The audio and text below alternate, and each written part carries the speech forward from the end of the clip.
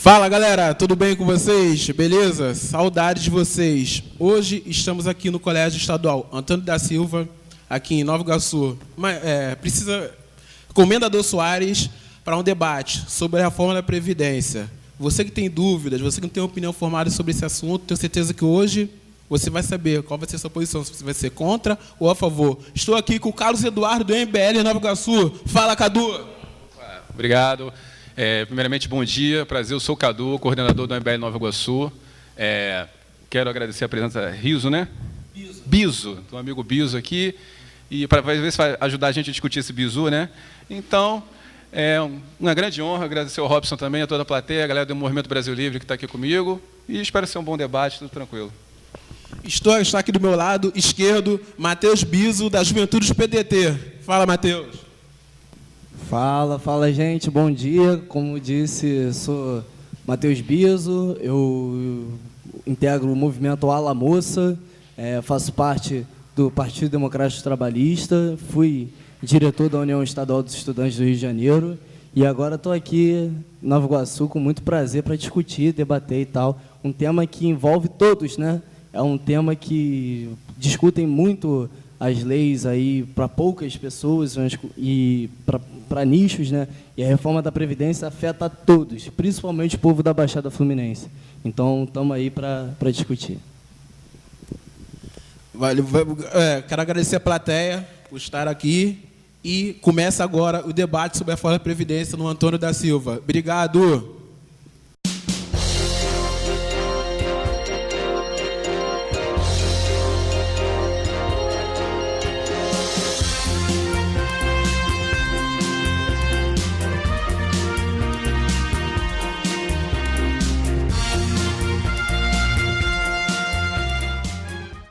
Vamos lá, vamos começar o debate.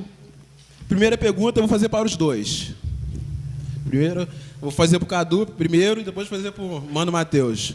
Cadu, vamos lá. Qual é o ponto da reforma que você mais concorda? Sim, o principal. Queria que você desse a sua opinião, sim, por quê? A idade limite, né? O tempo de contribuição e igualar o setor público com o setor privado. Diminuir as desigualdades entre uma camada mais rica da população e a camada mais pobre. Justamente, igualar o político ao gari, para mim, é primordial. Show de bola. Matheus, quais são os pontos da reforma que você discorda e por quê?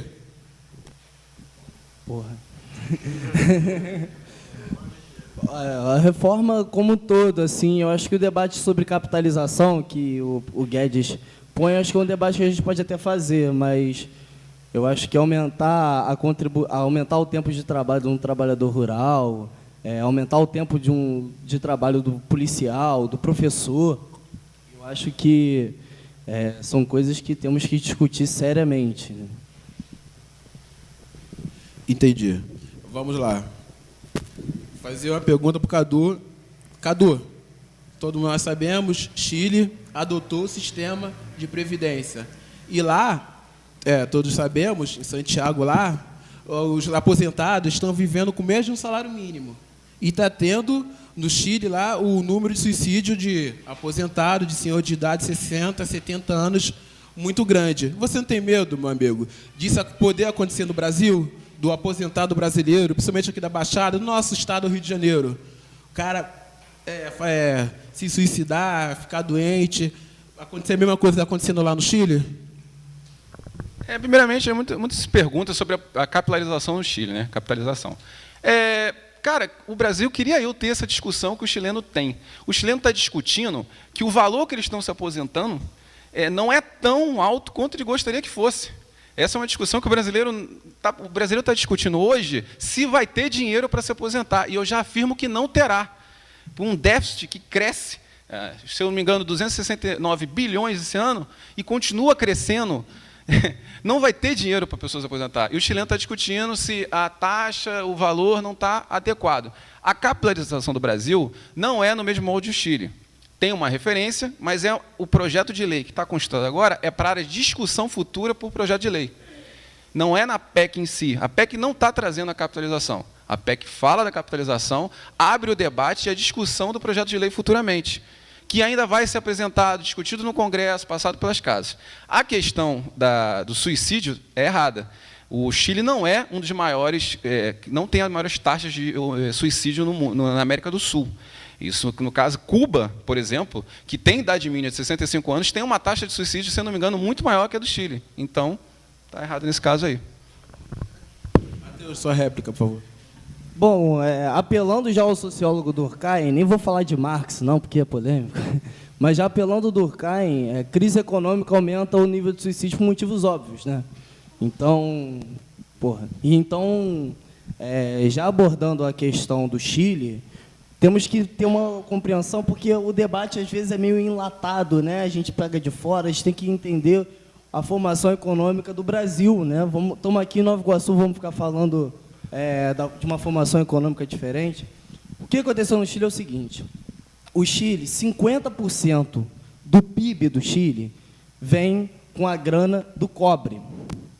E o Chile domina o mercado do mundo de cobre.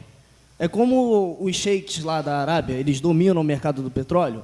No Chile é mais ou menos a mesma coisa, a nível mundial. E o cobre aumentou 4 vezes em 20 anos. Então, o Chile conseguiu arrecadar uma renda razoável,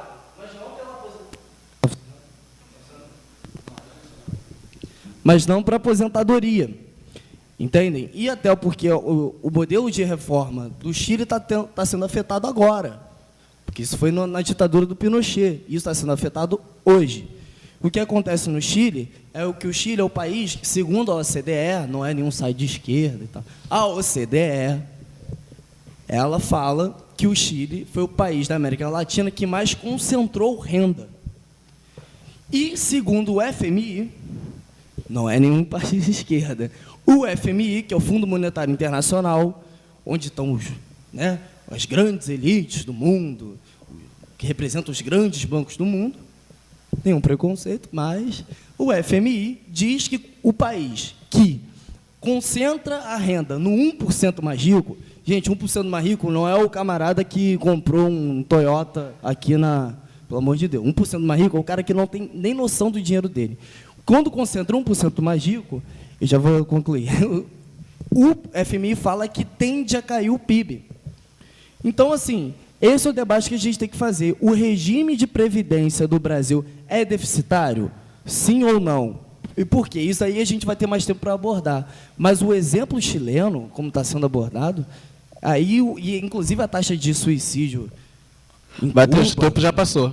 Desculpa, mas só para um alento, assim, não sou o grande entusiasta de Cuba, mas Cuba é o país hoje que tem mais pessoas com 100 anos, mais do que o Japão, que é conhecido por país velho. Então, assim, está tendo tanto velho se matando aí, tem que ver no atestado de óbito. Vamos lá, Cadu, sua tréplica. Não, eu achei engraçado. Atestado de óbito em Cuba deve ser interessante. Você entrar numa ditadura e pedir documento deve ser uma coisa muito fácil, né? Já começo por aí. E outra coisa, dizer o cobre do Chile quadruplicou de valor. Calma aí.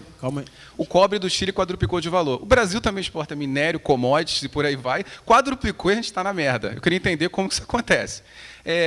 Falar da base estatal chilena, que o cobre é base econômica, eu não acho muito correto assim dizer, porque o Chile é uma das economias mais liberais da América do Sul. Né? Você abre uma empresa no Chile, se eu não me engano, em 7 dias, no máximo, mais ou menos. A diversificação da sua matriz econômica é justamente o que aumenta a capitalização do país. E preconceito com 1% mais rico, eu não sei, eu não entendi também. Então, se não tem, desculpe, peço correção. Por aí vai. Agora, é aquilo, né? 100 anos, em Cuba, com 100 anos, deve ser difícil, né? Deve ser um pouco complexo, um país que não tem antibiótico, um país que não consegue exportar material hospitalar, que a maioria é tudo importado. Eu acho que esse 100% deve vir, no caso da galera de 100 anos, deve ser da ditadura cubana. Ali. Fidel, por exemplo, se não me engano, chegou por aí, né? 100 anos, tal. 90 e pouco, claro, né? Com aquela camisinha da Adidas, tranquilão, eu também chego a 100 anos de idade facilmente. Obrigado. Vamos lá, galera. Tá bom. Tô gostando. Matheus, mano Matheus de Jacarepaguá. Então, vi entrevistas do Ciro Gomes, super conhecido, e do Carlos Lupe, falando que tem o déficit da Previdência. que tem uma dívida, que tem o déficit da Previdência. E o Ciro, tanto o Lupe e agora a Tabata Amaral, falou que tem esse déficit.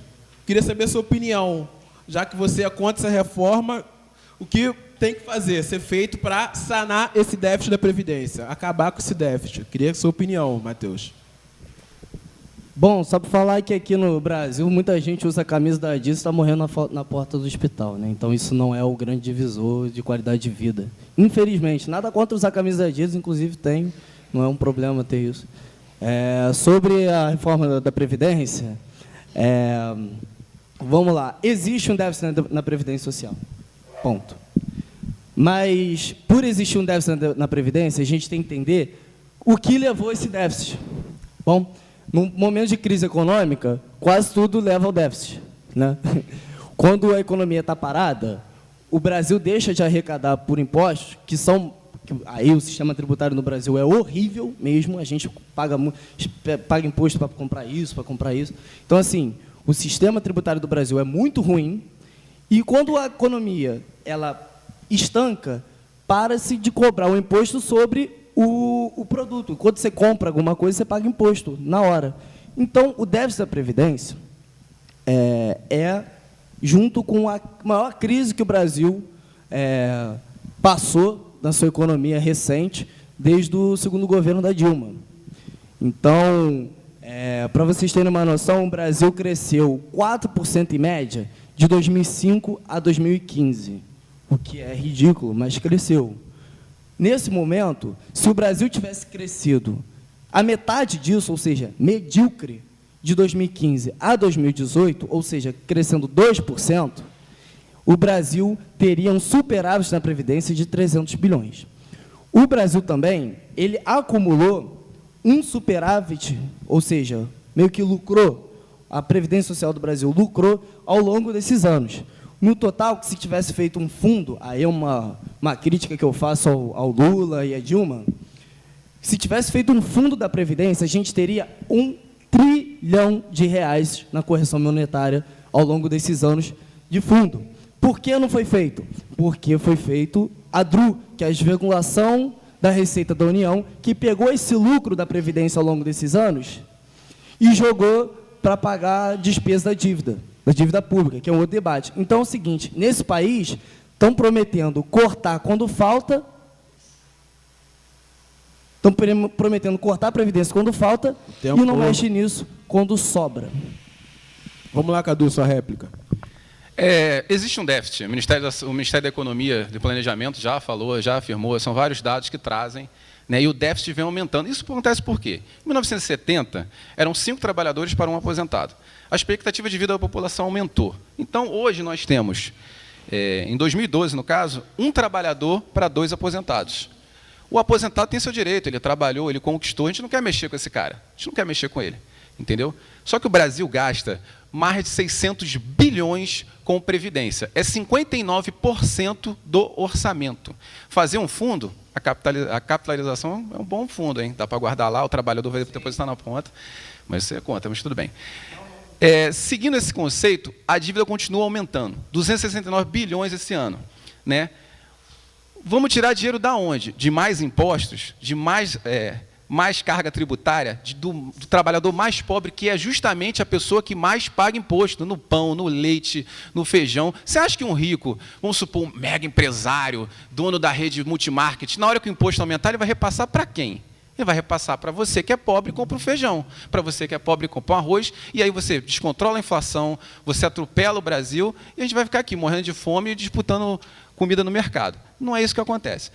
Para reduzir e o Brasil voltar a crescer, justamente tem que diminuir essa carga tributária, desonerar o trabalhador, empoderar o trabalhador com menos impostos, e aí sim o Brasil volta a crescer e a gente vai continuar crescendo, crescendo, crescendo e dividindo renda pela redução de impostos, não concentrando tudo lá em Brasília. Sua tréplica, Matheus. Bom, falsas dicotomias, né? Nós defendemos a desoneração sobre o produto. O Brasil é o segundo país que mais taxa produto, ou seja, você vai pagar a sua luz, você paga imposto. Você vai pagar o seu ônibus, que está caríssimo, eu acho que ele foi privatizado, você paga imposto. Metade pelo menos na cidade do Rio de Janeiro, metade do seu dinheiro de passagem é imposto. Então, a gente é a favor disso. O que a gente acha é que o Brasil, ele taxa mal o 1%. Eu digo, o 1% não é o cara que comprou um HB20, tá? 1% é o Neymar, é o... Entendem? Então... Oi? Por sinal, enfim. Um minutinho só, por favor. A Receita que vai apurar isso. Mas, enfim, então o nosso debate é esse. Agora, a Previdência não recebe só o dinheiro que o trabalhador você bota lá todo mês.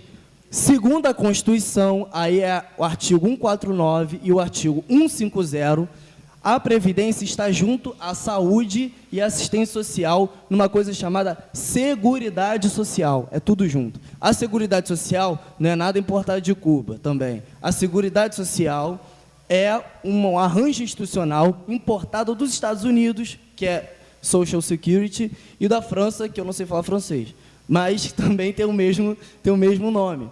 Então, a Previdência, ela tem várias formas, e na Constituição diz, de arrecadação. Então, não é só o dinheiro do trabalhador e do empresário. PIS, COFINS, cobrança sobre lucro líquido. Então, não tem o debate sobre Previdência, porque tem um trabalhador para cada dois. Não é assim, gente. O que acontece é que, quando a produtividade do país aumenta, o Estado arrecada mais, porque a carga tributária no Brasil, independente do governo, varia de 31% para 33%, bota em média de 32%.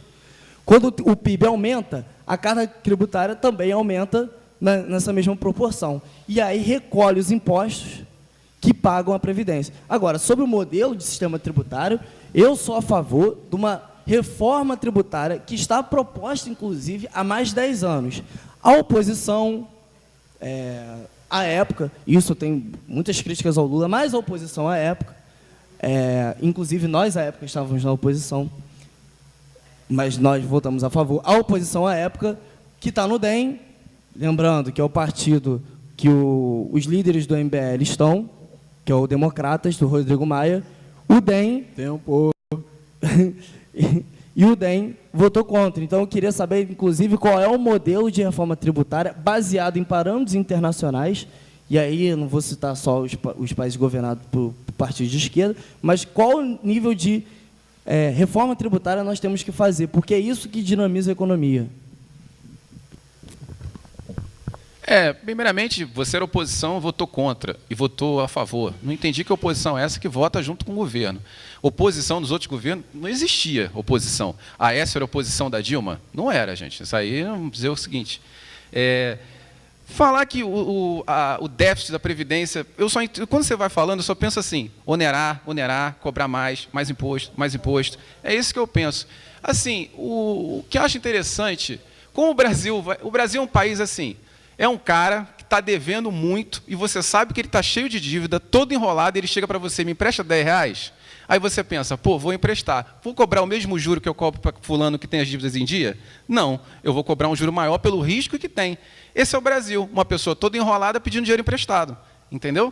Essa é a situação, a Previdência abre um rumo, lá na frente, daqui a 10 anos, uma economia de 1 tri, você vai pensar, cara, o Brasil é sustentável, o Brasil tem as contas em dia, vou investir no Brasil, eu estou com uma empresa parada, está aí, o Brasil tem a segurança de eu botar meu dinheiro lá, de eu abrir empresa, de eu gerar mais emprego, do Brasil abrir um espaço fiscal pela reforma da Previdência, que eu vou pensar assim, vale a pena investir no Brasil, o Brasil virou um país interessante, entendeu? Não tem esse mundo de oposição, aí a reforma tributária, a gente vai entrar numa outra discussão, porque eu também não vi nenhuma reforma tributária em si tão bem apresentada.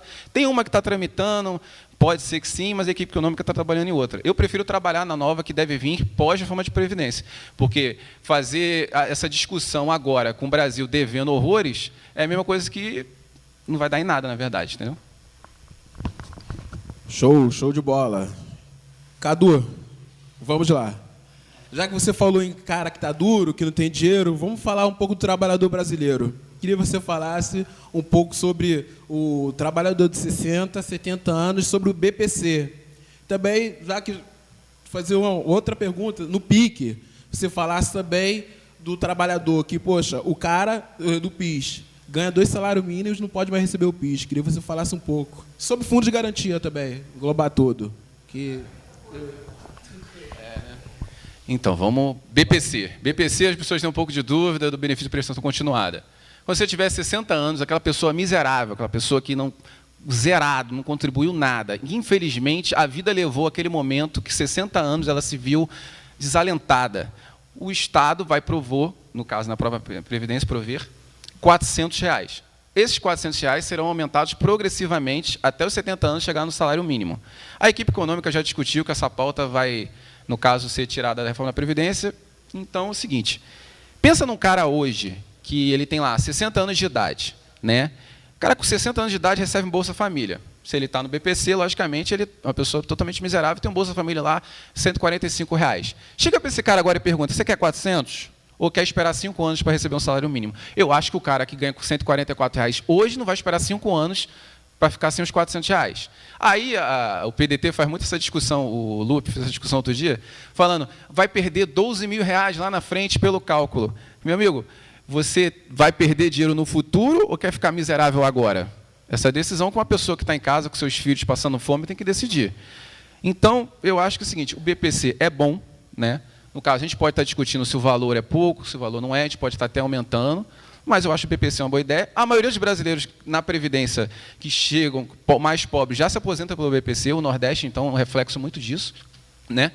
Que justamente é a camada mais pobre da população. Aqui no Sudeste a gente discute muito isso, mas no Nordeste a situação é muito pior. Né? E a outra pergunta foi qual? Fundo de garantia. FGTS. O FGTS... sem fundo de garantia. Justamente o FGTS é uma oneração que o empregador faz na hora que contrata a pessoa. As pessoas acham, o fundo de garantia é meu. Não, o fundo de garantia é do governo, que você paga pela restituição patronal, fica numa conta que você não tem acesso, o dinheiro é seu, mas você não pode pegar. Tem umas situações que você pega quando é mandado embora e tal, mas o dinheiro é seu. Rende menos que a inflação, ou seja, desvaloriza, e os caras constroem Minha Casa Minha Vida em terreno de fulano, superfaturado de amigo, faz empréstimo com o teu FGTS pela Caixa Econômica para gente que não conhece, Eduardo Cunha administrava, depois Gedel pegou aí. Entendeu a situação? O seu dinheiro está na mão de outras pessoas. Se é direito seu, por que não está no seu bolso? Essa é a minha questão. Então, tirando o FGTS do aposentado, aumenta a chance dele ser contratado. Logicamente, no momento da vida dele, que o mercado de trabalho não fica tão atraente para ele. Então, se eu contratar uma pessoa que eu não vou pagar restituição, que eu não vou pagar aqueles custos trabalhistas pesados que o Brasil tem, logicamente, essa pessoa tem mais chance de ser contratada. No momento da vida, creio eu, já estará aposentada. Réplica, Matheus. Bom, já começa falando que o trabalhador no Brasil é muito caro, né? Enfim, se tu fores à feira ao complexo de calçados de Caruaru, na Paraíba, se eu não me engano, Pernambuco, desculpa. Se tu fores ao complexo de calçado de Caruaru, no Agreste do Sertão, no Agreste do Nordeste, desculpa, você vai ver que o trabalhador lá não tem custo de trabalho, porque são em níveis insalubres, são em níveis... isso, toda hora o Ministério do Trabalho vai, a Organização Internacional do Trabalho vai, porque são trabalhos análogos à escravidão, e nem por isso o preço daqueles calçados são competitivos aos calçados da China, por exemplo. Se você achar que o valor do trabalhador, o trabalhador ganhando menos, o trabalhador com a mão de obra mais cara, você fragiliza a economia, isso é complicado. O Haiti... Como dizia o Gilberto Gil, o Haiti é aqui, né? Porque o Haiti tem o trabalhador muito barato e nem por isso se tornou um país competitivo, infelizmente, né? Desde a sua independência. Então, acho que o debate tem que ser feito o seguinte: o trabalhador, nessa reforma da Previdência aí que está botando, aumentar o tempo de contribuição, que eles botam em anos. Mas para a gente é o seguinte, o brasileiro em pleno emprego, e aí a reforma trabalhista não ajudou em nada nisso, o pleno emprego, no Brasil você consegue declarar no máximo 9 meses em média. Claro, tem gente que está 12, outros 6, mas em média 9 meses. Então, o tempo passa, mas o tempo que você contribui fica lá, 9 meses ao ano. Então, na verdade, você não fica só mais 5 anos, dependendo da categoria, você fica mais 10 anos. E aí eu volto à pergunta, por que Previdência deficitária? por conta do esfriamento da economia brasileira. Agora, a economia brasileira, isso não é debatido. A economia brasileira vai pagando juros num esquema que os acionistas são, os maiores acionistas da dívida pública, são o 1% mais rico, e eu digo que são importantes até para a construção do país, mas eles pegam a renda para eles. E quem paga essa renda? Os impostos. Que nós, aí falo de novo, eu não estou falando de onerar todo mundo, corta imposto do pobre, porra. Eu não estou falando para não cortar o imposto do pobre. Nunca foi pauta minha, e eu digo, do meu partido, cortar imposto de pobre. Inclusive, as reformas tributárias que Getúlio Vargas, o homem que fundou esse país, refundou esse país, e de João Goulart, não eram nesse sentido, de cortar o imposto de pobre, que são os presidentes do meu partido. Então, assim, é importante a gente fazer um debate seguinte: por que a Previdência deficitária?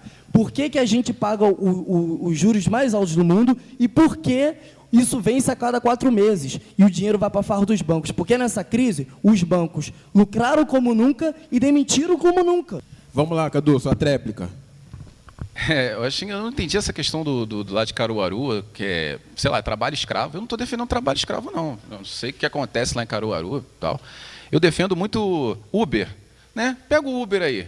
O Uber ganha mais que o motorista de ônibus, às vezes 3 vezes mais, se bobear 4, dependendo do dia. E olha que eu rodo no Uber também, para fazer uma renda extra.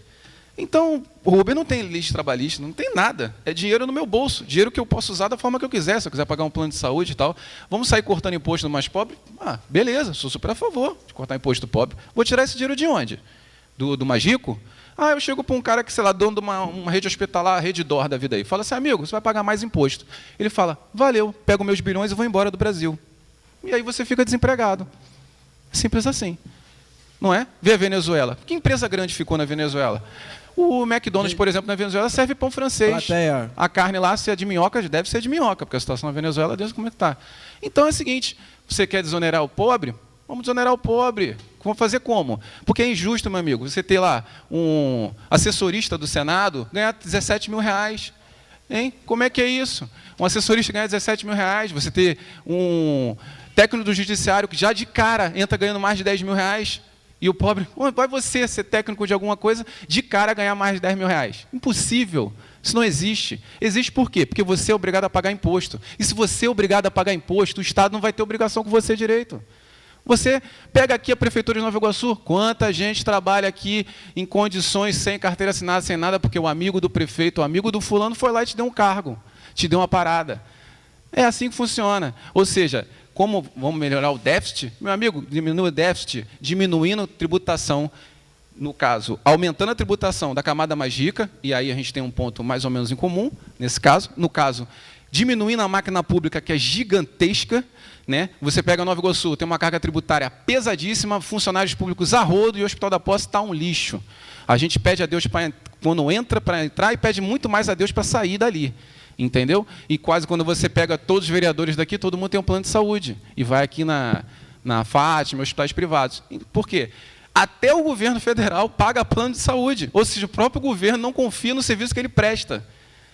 Entendeu? Ele confia mais na iniciativa privada para prestar o serviço para ele do que o próprio que ele oferece. Tempo. Então, é isso que acontece. Quer botar o Brasil a crescer? Diminui o Estado. Já começa por aí. Vamos lá, Matheus, sua tréplica. Bom, o meu negócio não é o tamanho, se é maior ou menor o Estado, o tamanho é documento, mas a questão é o seguinte, o arranjo institucional que serve. Por exemplo, vocês e o DEM, né, e até o próprio presidente, à época, votou a favor da PEC 55. A PEC 55, ela, não de maneira direta, mas de maneira indireta, até pela correção do imposto, ela acaba tirando investimentos e, por 20 anos, a nível de 20 anos vai crescendo, de setores estratégicos.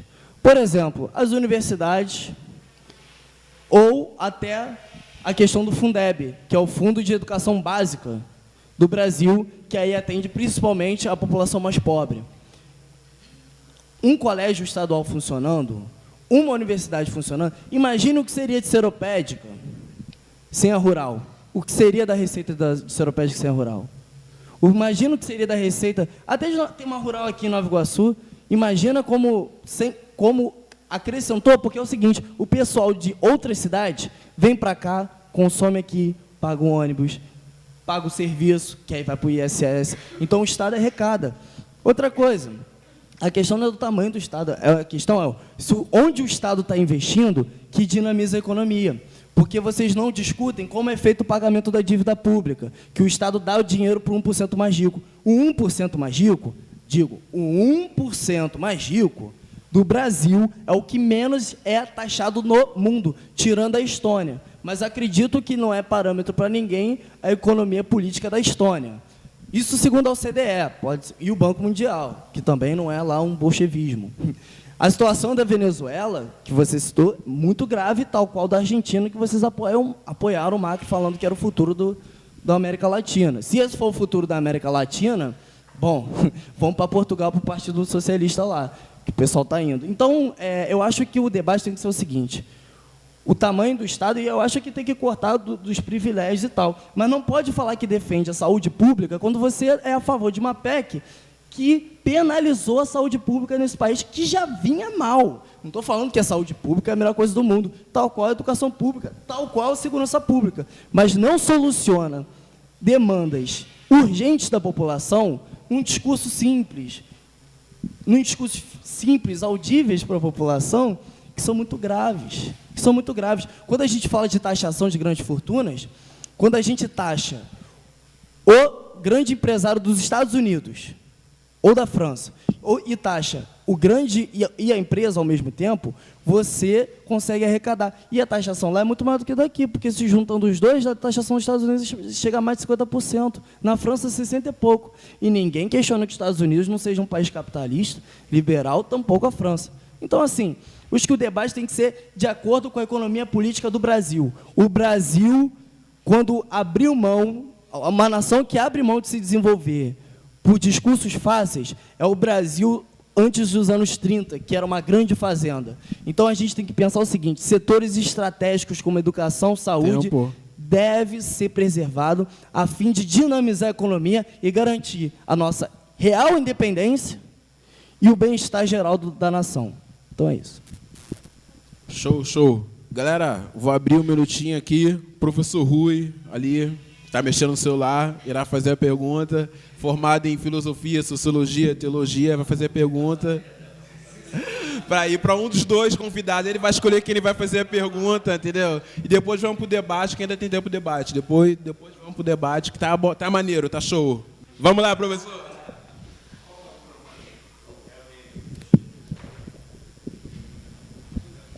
Temos dois planos, e não sou bolsonarofóbico, apesar dele ser aporofóbico e pretofóbico. Aporofóbico, não gostar de pobres.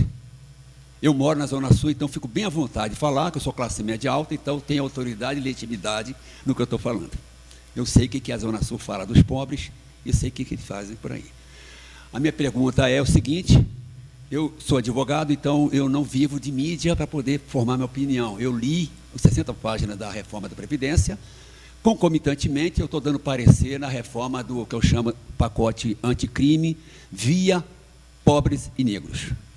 Tá? São dois projetos interessantes, sintomáticos, que revelam que é a sociedade brasileira, que no fundo não é nem de direita nem de esquerda. Nós somos casa grande-ocracia, onde uma elite odeia que pobre entra na universidade. Eu moro lá e eu sei o que eles estão falando. Então, eu fui servidor da Câmara há 37 anos em Brasília, sou assessor, dei parecer em projetos. A minha pergunta é que na iniciativa privada, a média do trabalhador, quando ele chega a 10 ou 15 anos, ele já está quase assim, já começa a fazer o processo de estimular para ele ir embora, porque se demitir vai ter que pagar tudo. Isso eu conheço porque eu fui da iniciativa privada, depois eu sou servidor público aposentado. Eu não sou corporativista, deixar bem claro. Eu acho que a reforma é interessante, sim. Qualquer governo que entrar tem que fazê-la, mas a quem atingi-la, que é o grande problema, ele tem razão. Você pega a reforma dos militares, é um deboche à sociedade brasileira. Eu li também a PEC 1645, a PEC não, projeto de lei, a começar transformou em projeto de lei, que eu sei como é que tramita, porque minha área é processo relativo. Eu sei como é que é o rito. É um rito facinho, tranquilo, entendeu? Quem pegou a propósitos militares é um deboche por ter mais trabalhadores. Então, eu concordo contigo. E o déficit, nós não podemos olhar com a síndrome de tatu. Nós temos outros penduricalhos, como eu sou advogado tributarista, trabalhei na reforma do FHC. Inclusive, eu não era nem simpático, mas eu achava que era interessante. Vocês sabem quanto que o Brasil deixa de arrecadar com isenção fiscais? Tributos? Alguém tem ideia? Eu peguei todos os dados, 2017, foram em torno de 400 bilhões. Sonegação, quase 500. Esses dados estão disponíveis, apesar do governo não fala, e nenhum deles falam, e aqui eu não estou fazendo nenhum verniz ideológico, essa é a verdade, eu estou fazendo uma análise técnico, claro, tem toda uma abordagem na perspectiva, sou negro, eu sei o que significa um trabalhador negro não vai chegar, dificilmente, há 20 anos que a idade mínima de contribuição, que é a nova proposta, me lembra a lei do sexagenário. Você está livre, negão, vai embora, 60 anos pode ir embora. Para onde que ele foi? Né? Enquanto o governo dava moradia, terra para os imigrantes europeus, e eu conheço o decreto 528, a primeira política de cotas para brancos nesse país, que foi receber os miseráveis da Europa. Eu falo isso, minha mulher é descendente de alemã, e ela teve a honradez de dizer qual é a origem social dela. Pelo menos isso ela teve a honradez. Então a pergunta é, qual a perspectiva desse cara, sobretudo da periferia, mão de obra geralmente não qualificada, de atingir esses requisitos e chegar, porque ele é gradual, né? 40 anos de contribuição, claro, os playboys lá onde eu moro, no Flamengo, né? Papai paga tudo, a minha filha é privilegiada, eu paguei agora o sistema de capitalização, desde que ela nasceu, ela já tem uma previdência que eu pago para ela, então, isso não é a realidade de todos, é a realidade minha, de classe média alta, que eu sou salário, sou advogado, entendeu? Essa coisa toda me permite dar esse luxo à minha filha. A minha pergunta é, como é que vai fazer esse menino que vocês querem reduzir para 12 anos para trabalho, que eu vi, claro, são boatos, a gente sabe que o calor, mas imaginemos há 12 anos, né? Então, claro, isso aí tudo é ideias, nada contra, mas eu fico a imaginar um trabalhador da iniciativa privada, porque é esse que me preocupa. Estou de acordo com vocês, que é a parte servidor público, não estou de acordo com o militar, porque na hora de ser verde, amarelo, patriótico, eles não querem por sacrifício. Quer brincar de bandeirinha, defender o Brasil contra não sei o que lá, mas na hora de dar a contrapartida deles, não querem.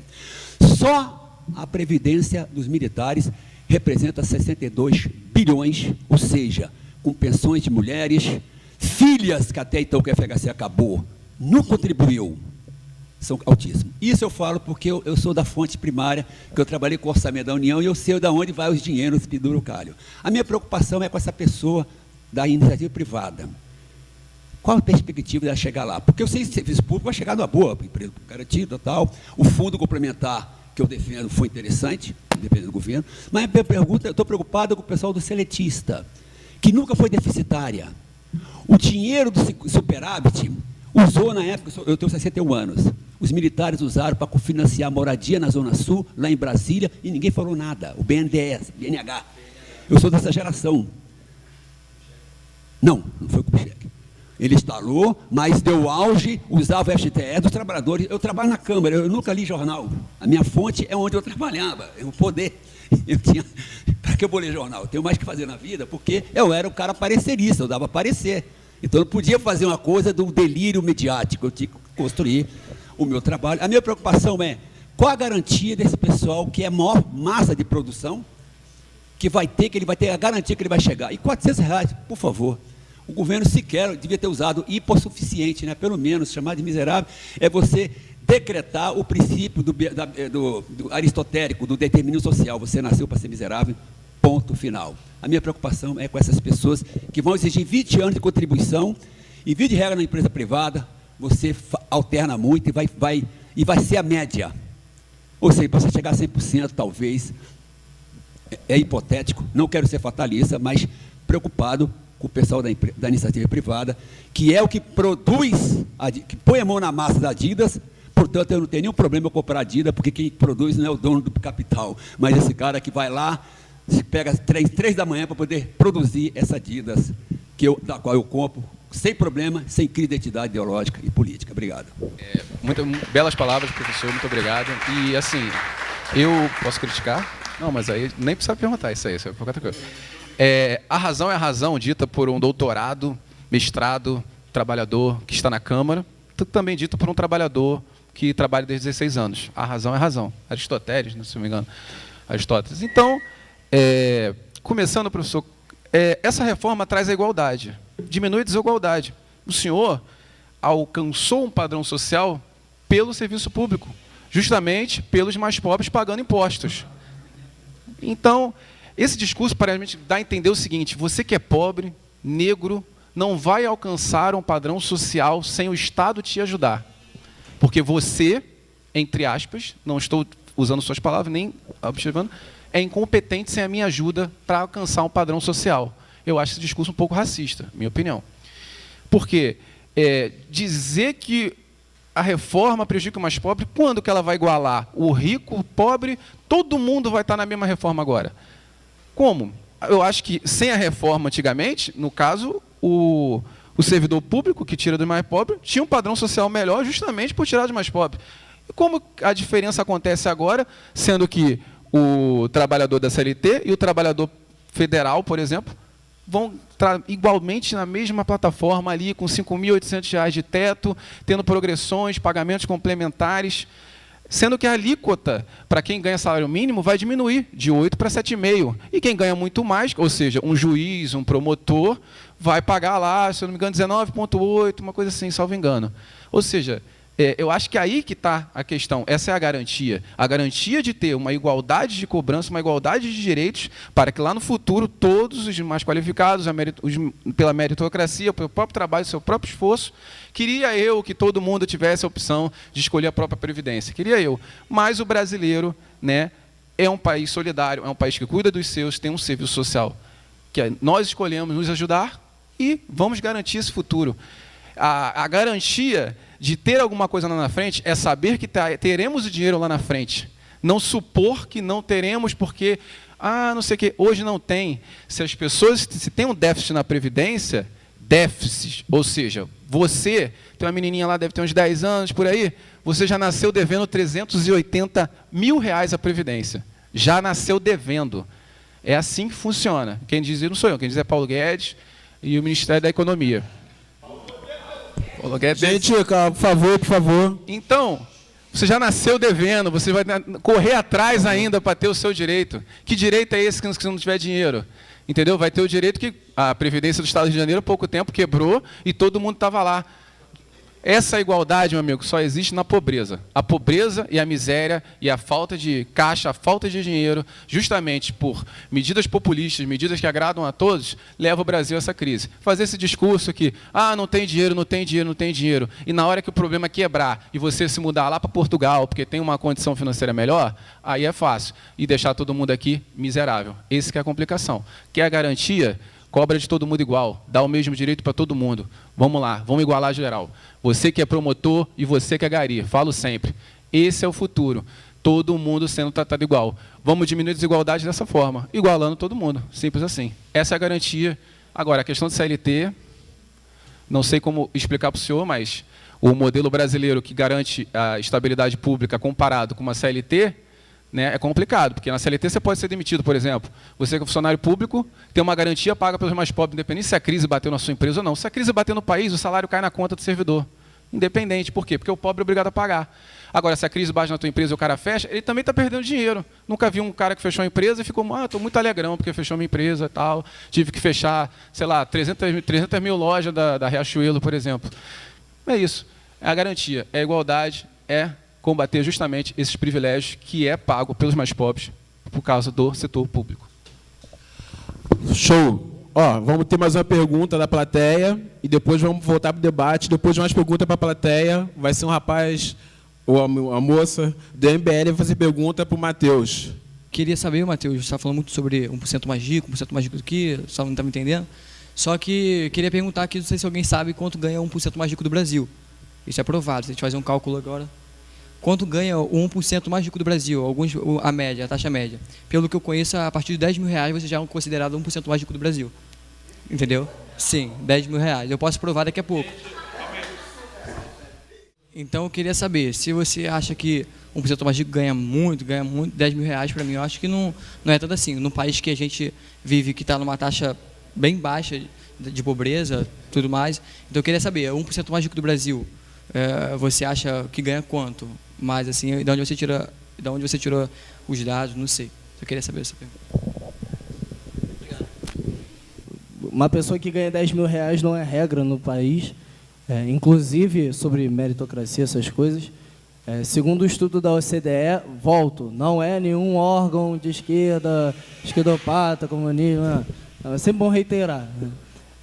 Segundo a OCDE, os 10% mais pobres do Brasil levam 9 gerações, em média, claro, tem casos e casos, em média, os 10% que estão no andar de baixo do Brasil levam 9 gerações para chegarem na renda média do Brasil. 9 gerações são 225 anos. Então, o debate tem que ser feito. Tirando na Finlândia, na Noruega, na Dinamarca, isso leva mais ou menos 2 ou 3 gerações. Então, é um debate que a gente tem que fazer. 1% mais rico do Brasil não é quem ganha 10 mil. 1% mais rico do Brasil é a família Setúbal, que é dona do Itaú, que acabou de fazer uma transação de 9 bilhões de reais e não foram onerados. Não teve taxação sobre essa transação de 9 bilhões. Gente, 9 bilhões, não sei se vocês têm uma noção, mas 9 bilhões é dinheiro pra cacete. 9 bilhões, o orçamento da UERJ, que é um negócio gigante no Maracanã, em São Gonçalo, o orçamento da UERJ anual é 1 bilhão. 1 bilhão. 9 bilhões e não foram taxados. Eu não digo, 1% mais rico não é o cara que compra um HB20.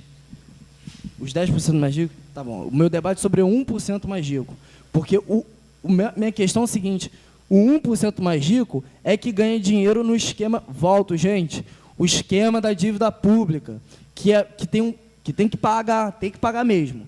Mas a dívida pública no Brasil vence 1/4 dela em 3 meses. Então a gente fica, caralho, cara, tem que pagar. Diferente do mundo. Nos Estados Unidos tem dívida pública, na China tem dívida pública, em Cuba tem dívida pública, gente, no raio que Esparta tem dívida pública. A questão é, como é paga? E aí a gente transfere renda, porque o rico também paga imposto. Só que o rico, ele pega a maior renda do rico, ele não gasta, ele poupa e usa em transação financeira. Essas transações financeiras de bilhões que a gente não taxa. E o pobre, e a classe média também, mas principalmente o povo pobre, que paga a conta, porque tudo que o pobre ganha, ele gasta. Porque falta dinheiro, como é que ele vai poupar, pô? Então é o seguinte, o debate tem que ser feito, o 1% mais rico, que é a minha questão, que pode até existir o 1% mais rico. A minha questão não é essa, a minha questão... O Brasil, ele não tem um pensamento de nação, esse 1% mais rico não está levando dinheiro para a produtividade. Como dizia o grande Darcy Ribeiro, o Brasil não tem nenhuma elite, tem apenas pessoas muito ricas. Então, é esse o debate que a gente tem que fazer da nação brasileira, porque temos que levar nosso projeto de nação. Porque nenhum país pode abrir mão de desenvolver. E quando ele se desenvolve, ele se torna uma nação autônoma. E aí, eu acho que tem que ter um Brasil livre, sim, mas livre de intoxicação ideológica, livre, inclusive, da transferência de renda. Então, esse é o debate que tem que ser feito. Uma correção de justiça social, principalmente, e isso afeta diretamente ao povo da Baixada Fluminense. Gente, não vamos fazer esse debate, temos que fazer um debate a partir de onde a gente mora, um debate a partir da economia política. Cada país tem a sua própria economia política. Vamos voltar para o debate. Quero agradecer professor Rui e Alexandre MBL pelas perguntas e falar para a plateia que depois vai ter mais perguntas para os nossos convidados. Vamos lá. Cadu. Todos sabemos que vários bancos que tinham muita amizade com governos anteriores, que não vou citar nomes, devem muito dinheiro à Previdência. Se esses bancos pagassem a Previdência, será que acabaria com o déficit? Ou mesmo assim precisa fazer o déficit? Sim, porque os sonegadores, várias empresas ricas aí, os nossos governos anteriores deram maior moral, hein? Os amiguinhos aí, queria que você falasse aí sobre isso. Meus amiguinhos é complicado, né? Isso aí não tem amiguinho, não. Primeiramente, essa é uma grande falácia, né? Se a gente cobrar de todo mundo que deve, resolve o problema da Previdência. Tá bom, paga 1 ano, paga 2, e depois a dívida continua aumentando, ultrapassa o que todo mundo deve, e aí você vai tirar dinheiro de onde?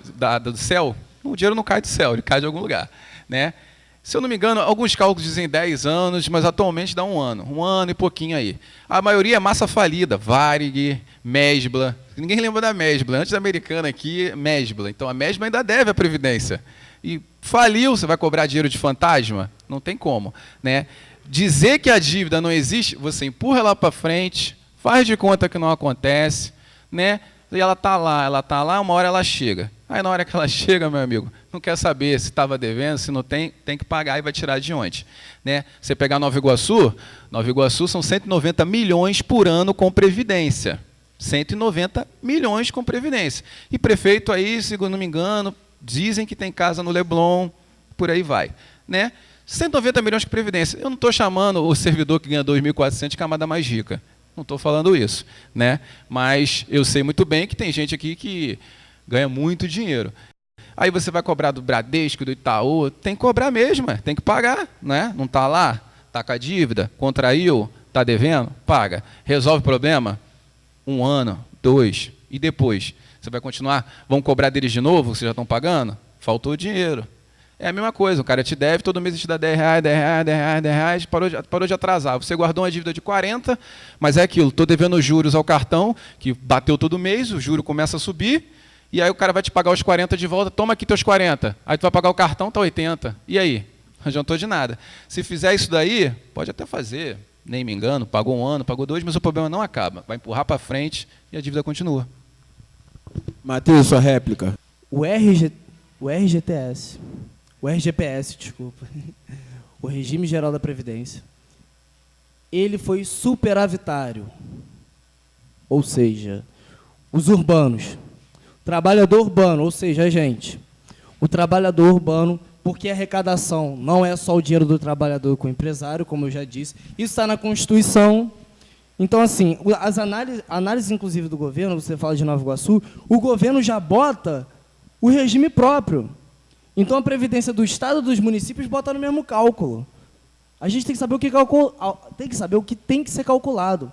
Volto a dizer, a Previdência Social, que faz parte do sistema de Seguridade Social, ou seja, a Seguridade Social desse país, está deficitária desde 2017 por conta do esfriamento da economia do Brasil.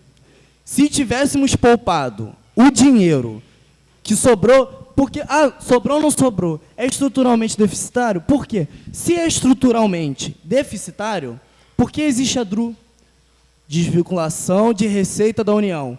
Que porra é essa? A DRU é o seguinte, eu uso dinheiro, desculpa o palavrão, mas o dinheiro que sobra, o nego pega, como foi feito o BNH, o nego pega para pagar a dívida. Então, existe um superávit. Agora, por que não existe mais? Então, essa coisa fatalista de que a dívida vai seguir e tal, só se o Brasil não continuar se desenvolvendo. Aí, de fato, com o PEC 55, a reforma trabalhista e todas as medidas que estão sendo feitas, desde o segundo governo da Dilma, que o Temer seguiu, fazendo jus aí ao vampiro, e que o Bolsonaro seguiu, vamos lá, as propostas do Bolsonaro são as mesmas que foram da mesma lógica, não as mesmas, mas da mesma lógica do governo Temer, e o que a Dilma até pensou também, infelizmente. Então, assim, o debate é o seguinte, gente. Por que a Previdência deficitária? Porque tem um trabalhador, agora são 2 se aposentando, mas é só esse dinheiro que contribui para você fazer o caixa da Previdência? Se a Previdência é deficitária, por que existe a DRU? Se a gente tivesse poupado o dinheiro quando o Brasil estava num crescimento econômico, teríamos um fundo da Previdência de 1 trilhão. Porque a gente tem que preparar o Brasil, porque a economia é cíclica. O mundo se desenvolve não em linha reta, em ondas. Então, as coisas vão e voltam. Então, a gente tem que pensar em fundos para amortecer o impacto de esfriamento da economia, para ser uma política pública anticíclica. E aí, cara, é esse o debate. Está falando que tem déficit. Tem o déficit, não estou negando que tem o déficit. Agora é saber por quê. Se tem um tatu em cima do toco, foi porque alguém botou. Tatu não sobe toco. Tréplica, Cadu. O professor falou de casa grande, né? Nego pega, é um negócio complicado, né, professor? Nego pega, mas tudo bem.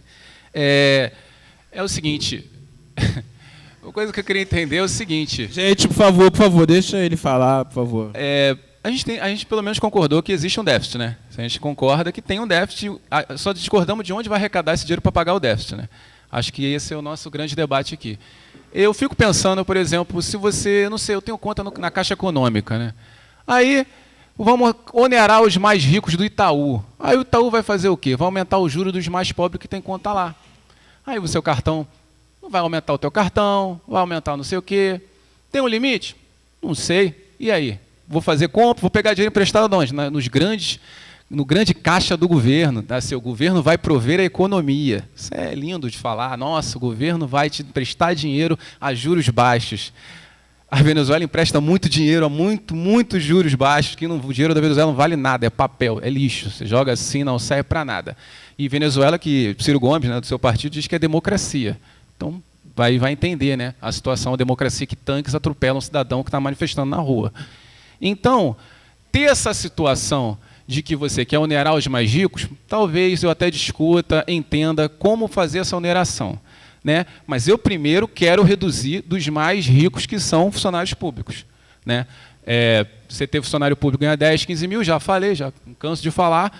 A maioria dos aposentados no Brasil, a grande massa, ganha um salário mínimo. O pobre não chega lá na frente e ganha 5.700 e pouco. Esse você não consegue. Você não vai conseguir. Por quê? Porque ele tem a maioria da camada mais rica tem um regime diferenciado, tem um regime muito melhor, com regras muito melhores, e já sai na frente da corrida para a aposentadoria muito melhor que um pobre que começou no McDonald's. Entendeu? Por quê? Pega uma corrida, imagina duas pessoas correndo para se aposentar. E aí você tem um gari e um gari federal. Vamos supor. O gari federal já ganha 70% a mais que o gari privado. Ele já está na frente. Né? O gari federal é estabilizado, ele não perde emprego, ele continua avançando nessa corrida. O gari civil perdeu emprego, porque deu crise, cortou gasto na empresa. Enquanto o federal continua correndo para a aposentadoria. E você está parado, não é? Aí vai indo, você ficou desempregado, volte uma casa. É assim que funciona. A corrida é para você se aposentar, meu amigo. E vamos lá. Agora, você que é pobre, está pagando ainda a pessoa que é gari federal, que está correndo lá na frente.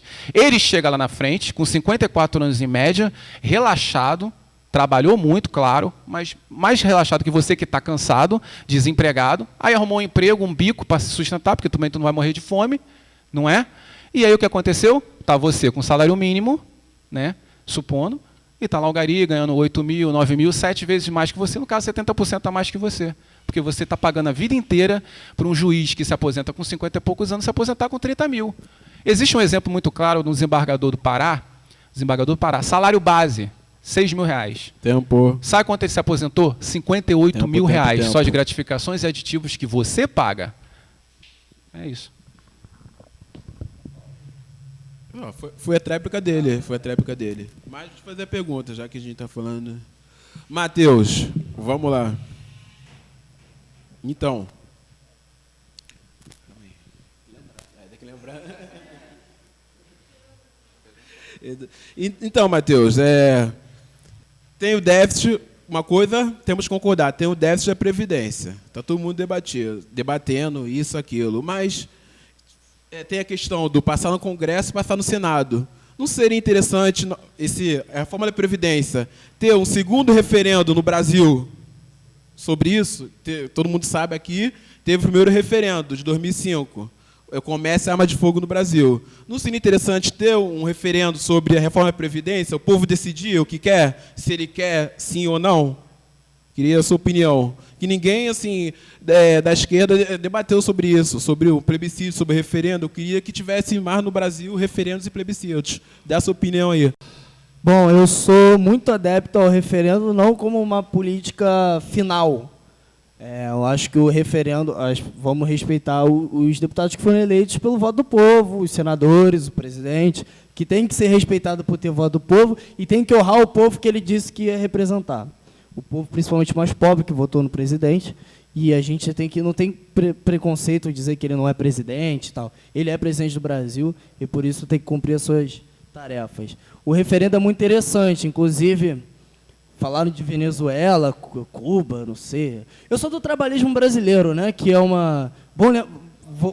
O trabalhismo brasileiro é uma corrente política originária do Brasil. Então, assim, mas não tenho nenhum problema de fazer um debate sobre Venezuela, um tanque passar sobre o outro. Eu acho que quando você tenta, enfim, fazer um levante armado contra o exército, isso acontece. Assim, quando o que não pode acontecer é você andar na rua e o exército brasileiro, que é importante, sim, o exército brasileiro, porque é o mesmo que distribui água no Nordeste, é o mesmo que faz obra, porque quando fizeram a transposição do Rio São Francisco, que está lá no papel desde Pedro II, ninguém quis fazer e o exército brasileiro fez com muita competência. Então, com todos os problemas da transposição, o exército brasileiro cumpriu o seu papel.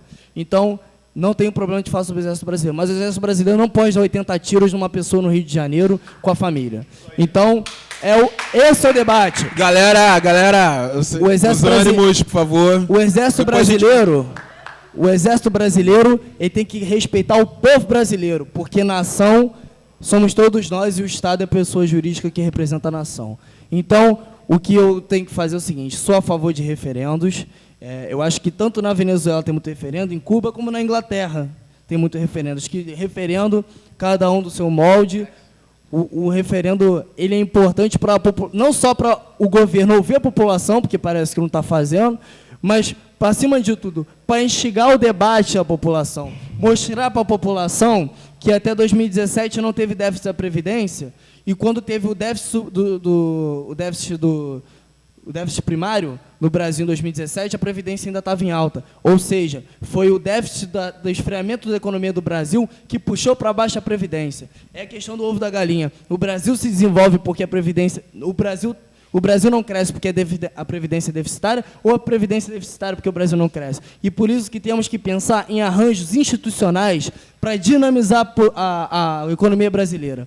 Quando eu falo, de novo, do 1%, digo, não é preconceito com 1%, mas o 1% tem que investir no capital produtivo do Brasil, que está sendo dizimado. O Brasil é o país que mais se desindustrializou nos últimos 20 anos, e aí eu boto todos os governos de todos os espectros ideológicos, botou em 20 anos, e o Brasil, por ser o país do mundo capitalista que menos se desindustrializou, é que perde a massa salarial, porque é a indústria que paga os maiores salários, é a indústria que garante a soberania, porque todo país no mundo, até o liberal Inglaterra, na hora de fazer sua própria indústria, falou que ia deixar de cortar, não pegou mais a seda, a vestimenta da Índia, que era a sua colônia.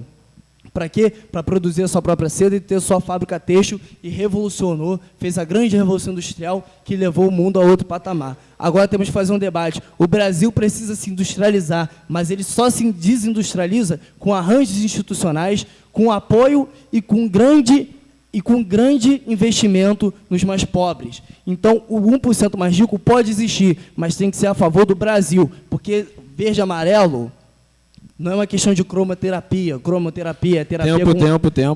Não é uma questão de cores, mas, sim, uma questão de princípios e do nosso arranjo da economia brasileira. Obrigado. Vamos lá, Cadu.